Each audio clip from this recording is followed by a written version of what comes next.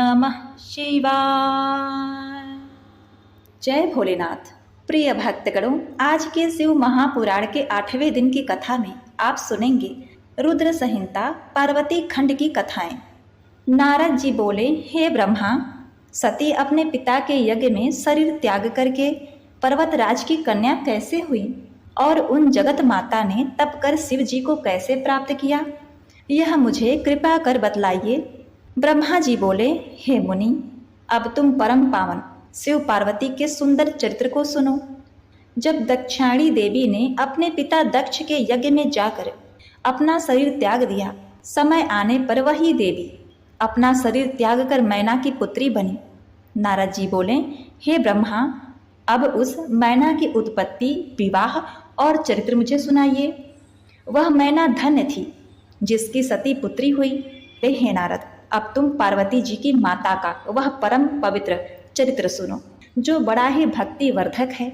उत्तर दिशा में हिमांचल नाम का एक महान राजा था जो सर्वांग सुंदर, विष्णु का रूप, संतों का प्रिय और शैलराज के नाम से प्रसिद्ध है। उसी शैलराज ने अपने कुल की स्थिति और समृद्धि के लिए अपना विवाह करने की इच्छा की। तब उसकी इच्छा होते ही समस्त देवतागण पितरों के पास गए और बोले कि यदि आप सभी लोग यह चाहते हैं कि देवताओं का कार्य हो तो आप मंगल रूपिणी कन्या मैना का विवाह हिमांचल पर्वत के साथ कर दीजिए। ब्रह्मा जी कहते हैं, देवताओं का यह कथन पितृगणों को अच्छा लगा और उन्होंने अपनी अपनी पुत्रियों की श्राप की बात याद कर अपनी पुत्री मैना का विवाह हिमालय के साथ कर दिया। हिमालय उत्तम पत्नी पाकर बड़े ही आनंदित हुए। हे मुनि, यही हिमालय और मैना का विवाह है जो मैंने तुमसे कहा। अब इसके आगे क्या हुआ सुनना चाहते हो, वह कहो। नारद जी बोले, हे ब्रह्मा, हे महाप्राज्ञ, अब आप मैना की उत्पत्ति और पितरों के श्राप की कथा कहिए। ब्रह्मा जी कहने लगे, हे नारद, अब तुम मैना की उत्पत्ति सुनो। मेरा पुत्र जो दक्ष था उसकी 60 पुत्रियां थीं। उसमें स्वधा नाम वाली कन्या को उसने पितरों को दिया था, जिससे कि धर्म मूर्ति 3 कन्याएं उत्पन्न हुई। उनमें बड़ी पुत्री का नाम मैना, दूसरी का नाम धन्या और तीसरी का नाम कलावती था। ये तीनों पितरों के मन से उत्पन्न हुई थी। हे मुनिवर, एक समय ये तीनों बहनें श्वेत द्वीप में विष्णु जी का दर्शन करने गई और वहां ब्रह्मपुत्र सनकादिक भी आए और सबने विष्णु जी की स्तुति की। सनकादिक को देखकर सभी लोग उनके स्वागत के लिए खड़े हुए, परंतु ये तीनों बहनें उनके सम्मान के लिए न उठी। उनके उस दुर्व्यवहार से क्रुद्ध होकर योगीश्वर सनकादिक कुमार ने उन्हें श्राप दे दिया कि तुम तीनों श्रुति की जानने वाली थी। तुमने अभिमानवश हमें खड़े होकर अभिवादन नहीं किया और नमस्कार भी नहीं किया। एतएव तुम स्वर्ग से दूर जाकर मनुष्य बन जाओ। ब्रह्मा जी कहते हैं कि उन तीनों साध्वी बहनों ने चकित होकर ऋषि का वचन सुना और फिर शीश झुकाकर उनके चरणों पर गिरती हुई बोली, हे मुनिवर, इस समय प्रसन्न हो जाइए। हम लोग मूढ़ हैं, इसी से हम लोगों ने आपको प्रणाम नहीं किया। एतएव ऐसी कृपा कीजिए जिसमें कि हम स्वर्ग को पुनः प्राप्त कर लें। सनत कुमार ने कहा, हे पितरों की कन्याओं, अब तुम प्रसन्न होकर मेरे वचनों को सुनो। जिस प्रकार तुम्हें सर्वथा सुख प्राप्त होगा। हिमालय पर्वत हिम का आधार है, वह ज्येष्ठा उनकी कामिनी होगी और इनको पार्वती नाम की एक कन्या प्राप्त होगी। यह दूसरी कन्या धन्या है जो कि महायोगिनी जनक की पत्नी होगी और इस महायोगिनी के यहाँ वह महालक्ष्मी सीता होकर उत्पन्न होगी। कलावती वृषभानु की पत्नी होगी और इस प्रकार द्वापर के अंत में वही लक्ष्मी उसकी पुत्री कृष्ण प्रिया राधा के नाम से प्रकट होगी।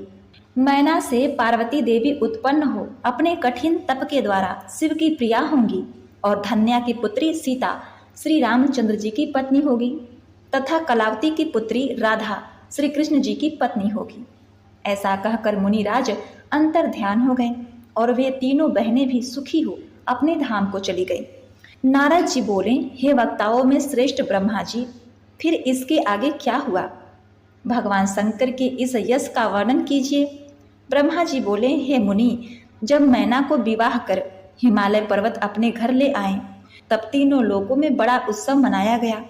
तब देवता शंकर जी की पत्नी उमा की शरण में गए और जगदम्बिका का स्मरण करने लगे। उन्होंने दंडवत कर उन देवी को प्रसन्न करने के लिए कहा, हे उमा, हे देवी, हे माता, आप सर्वदा शिवलोक निवासिनी और सर्वदा ही शिव की प्रिया हैं। हे दुर्गे, हे महेश्वरी, हम सब आपको प्रणाम करते हैं। हे माँ, तुम हम पर प्रसन्न हो जाओ, तुम ही जगत की स्थिति पालन करने वाली हो। इस प्रकार उमा सती जगदम्बा भवानी की स्तुति करते हुए सभी देवता उनके दर्शनों की परम लालसा से वहां खड़ा हो गए।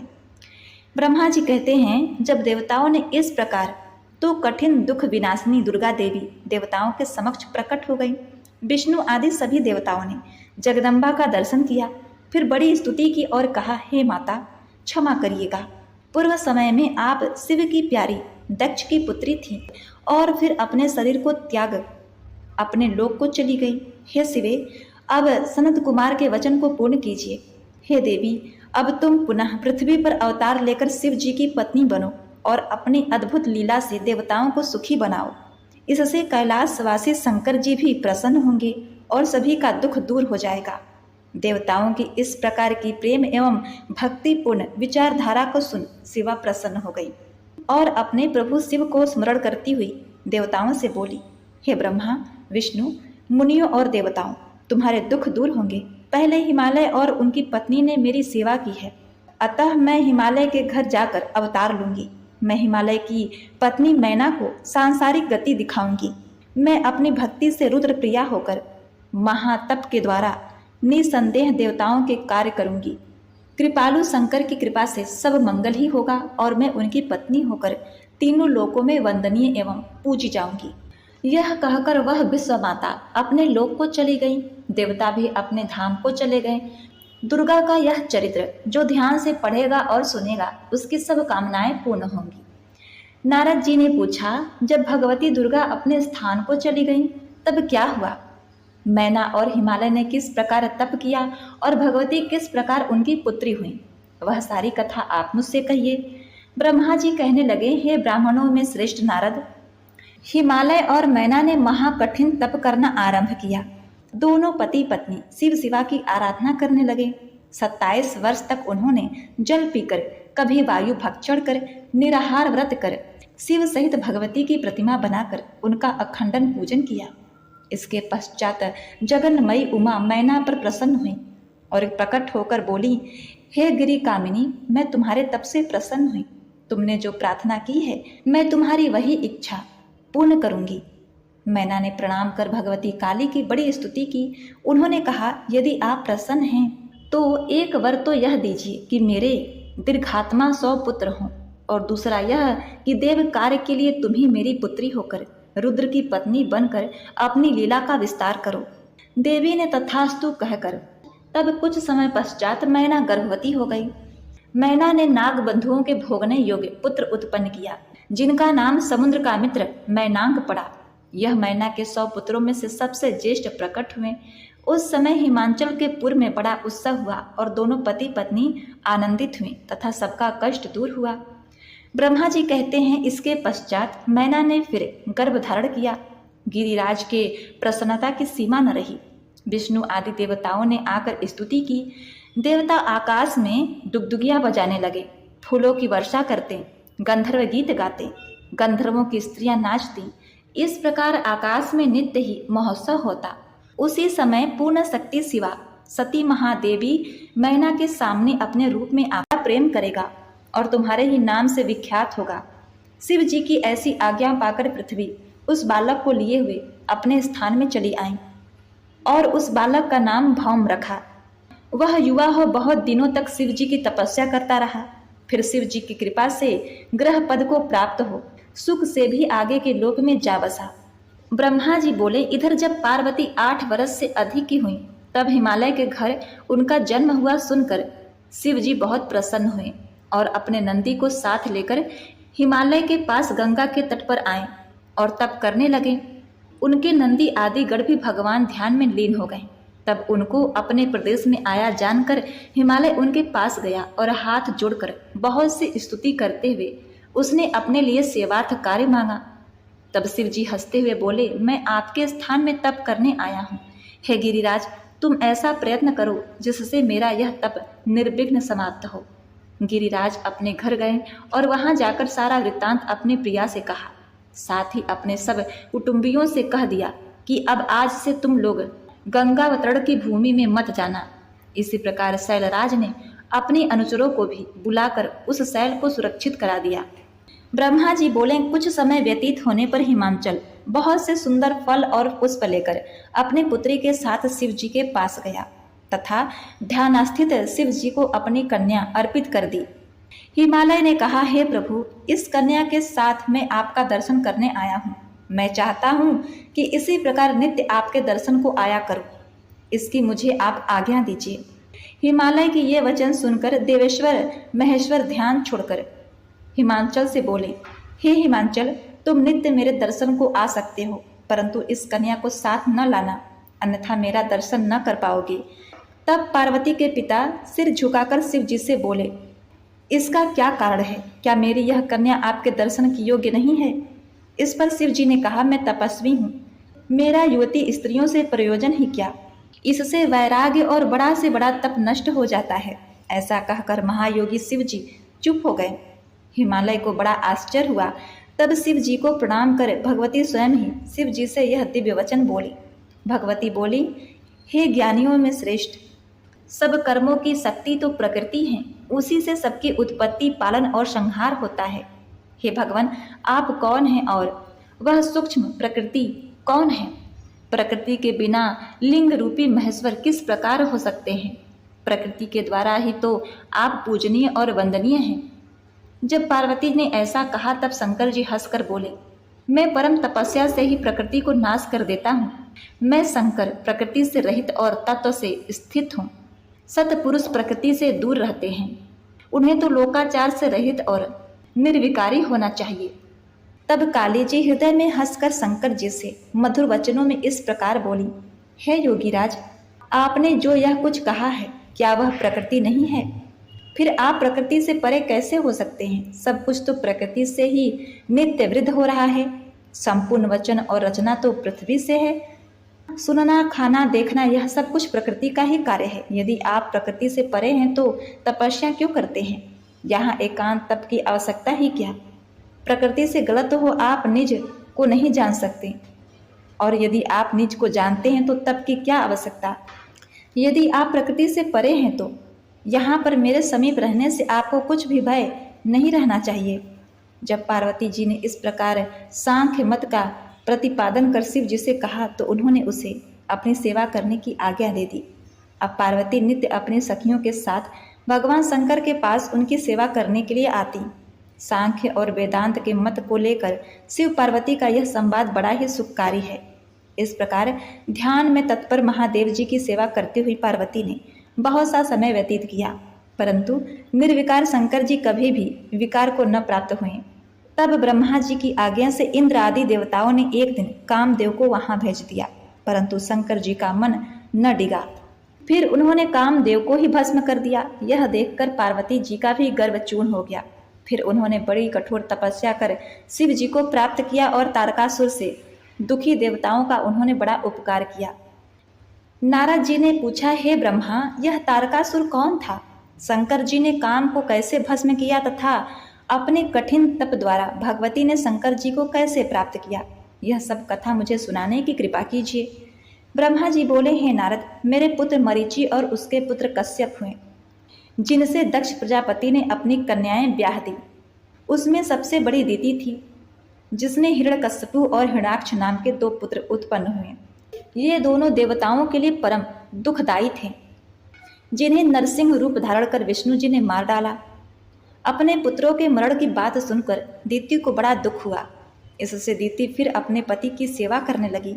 उन्होंने प्रसन्न हो अपनी पत्नी दीति को तप करने की विधि बतला ब्रह्मा जी की तपस्या के लिए 10,000 वर्ष का तप कराया।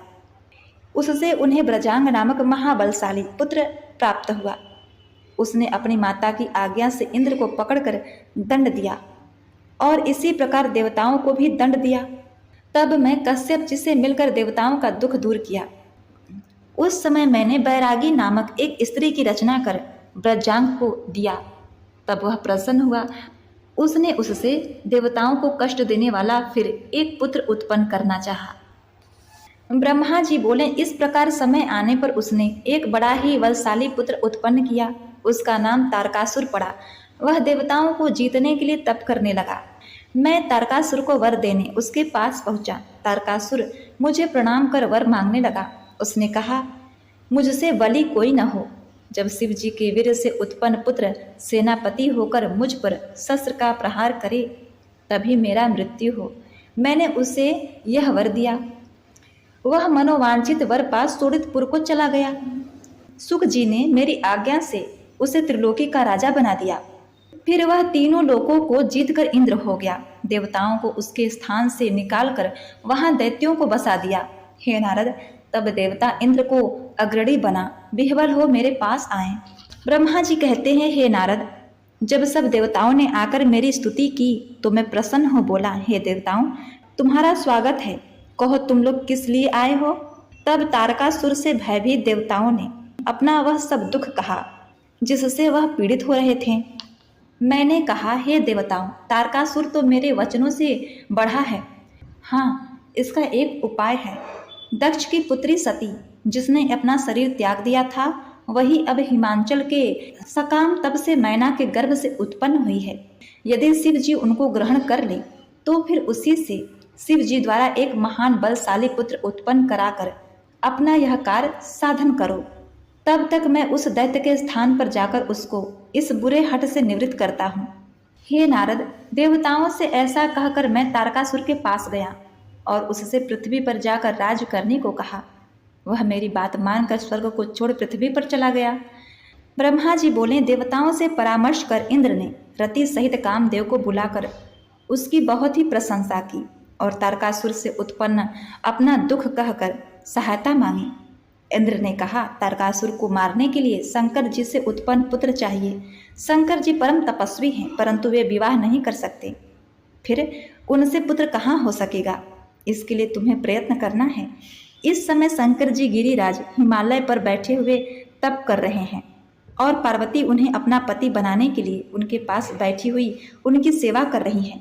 अब जैसे भी जितेंद्र शिव की पार्वती की ओर रुचि हो, तुम वही कार्य सिद्ध करो। इससे तुम्हारा यश स्थायी हो जाएगा। यह सुनकर कामदेव ने इंद्र से कहा, मैं इस कार्य को अवश्य करूंगा। ओम कहकर उसने अपनी आवृत्ति कर दी। वह अपने सहायकों सहित शीघ्र ही योगेश्वर शंकर के पास चला गया। वहां वे अपनी तपस्या में लीन थे। ब्रह्मा जी बोले, वहां पहुंचकर अभिमानी कामदेव बसंत को साथ शिव सम्मोहन का विस्तार करने लगा।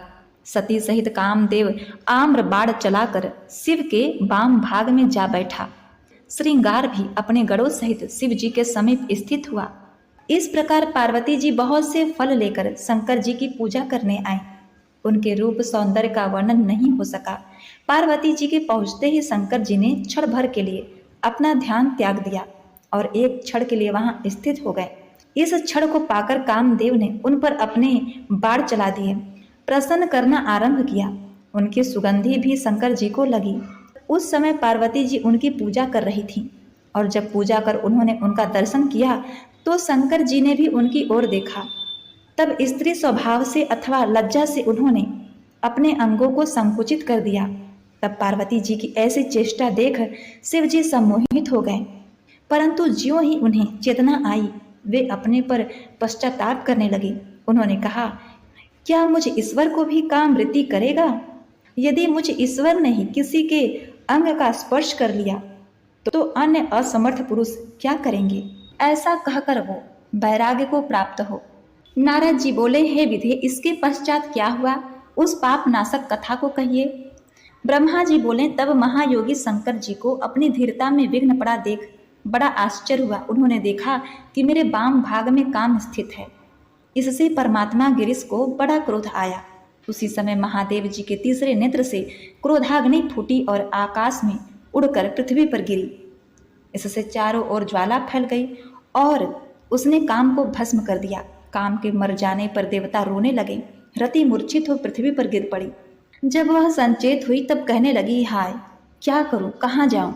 देवताओं ने यह क्या कर दिया, मेरे स्वामी को यहाँ भेजकर नष्ट करा दिया।